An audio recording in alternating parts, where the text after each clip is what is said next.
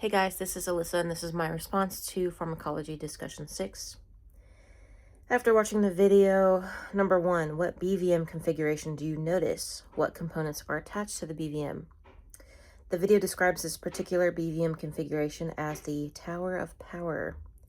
Attached to the BVM is a PEEP valve, an inline end-tidal CO2 measuring device, and a heat-moisture exchange filter.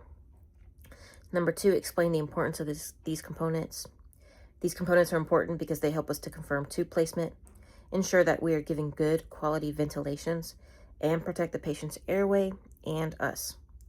A PEEP, positive end expiratory pressure valve, is critical to have on a BVM because it prevents the lungs alveoli from collapsing, atelectasis, during exhalation. It maintains a small amount of pressure in the lungs, typically 5 to 15 centimeters in water.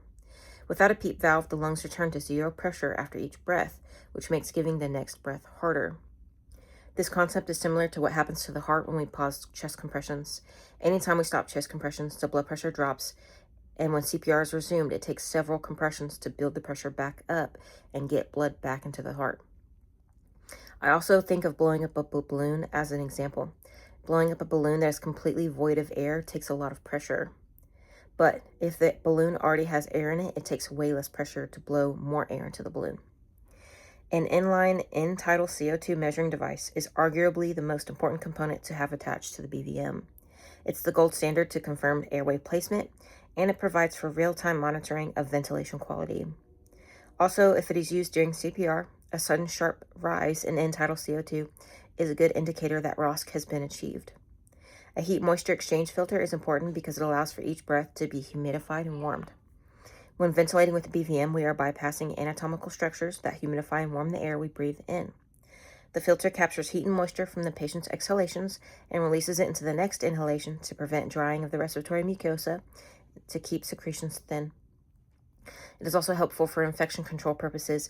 It provides a layer of protection that acts as a barrier, preventing cross-contamination from the patient to the providers and the environment. Number 3, explain the initial pharmacology plan during this procedure, and then explain the post-intubation pharmacology plan. Include what certain drugs should be avoided. The initial pharmacology plan during this procedure including giving oxygen at 15 liters per minute via non-rebreather, mask, and then later in the process they provided oxygen via nasal cannula at the max flow rate that the regulator would allow. The patient was then given 2 milligrams per kilogram of ketamine so that they could be sedated comfortably during the pre-oxygenation procedure. The video mentioned that a paralytic was given after the patient was pre-oxygenated, but it doesn't specify which paralytic was given. As for the post-intubation pharmacology plan, the paramedic in the video mentioned that they were going to give the patient more ketamine. This would allow for the patient to remain sedated, which is important if they are intubated. Without knowing the patient's mechanism of injury or nature of illness, without knowing their vital signs or hemodynamic condition, I am not able to determine which medications should be avoided. But we would want to avoid using etomidate in patients with adrenal insufficiency or sepsis. We would want to avoid succinylcholine in patients with hyperkalemia, renal failure, which is dialysis, burns greater than 6 hours old, crush injuries, and neuromuscular disorders. Propofol is contraindicated in patients experiencing shock, hypotension, or severe cardiovascular instability. Ketamine is hemodynamically stable but can cause myocardial depression in severely septic patients and can increase secretions.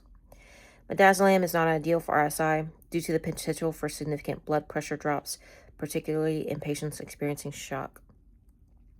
Rocuronium needs to be used cautiously in patients with hepatic disease or severe burns.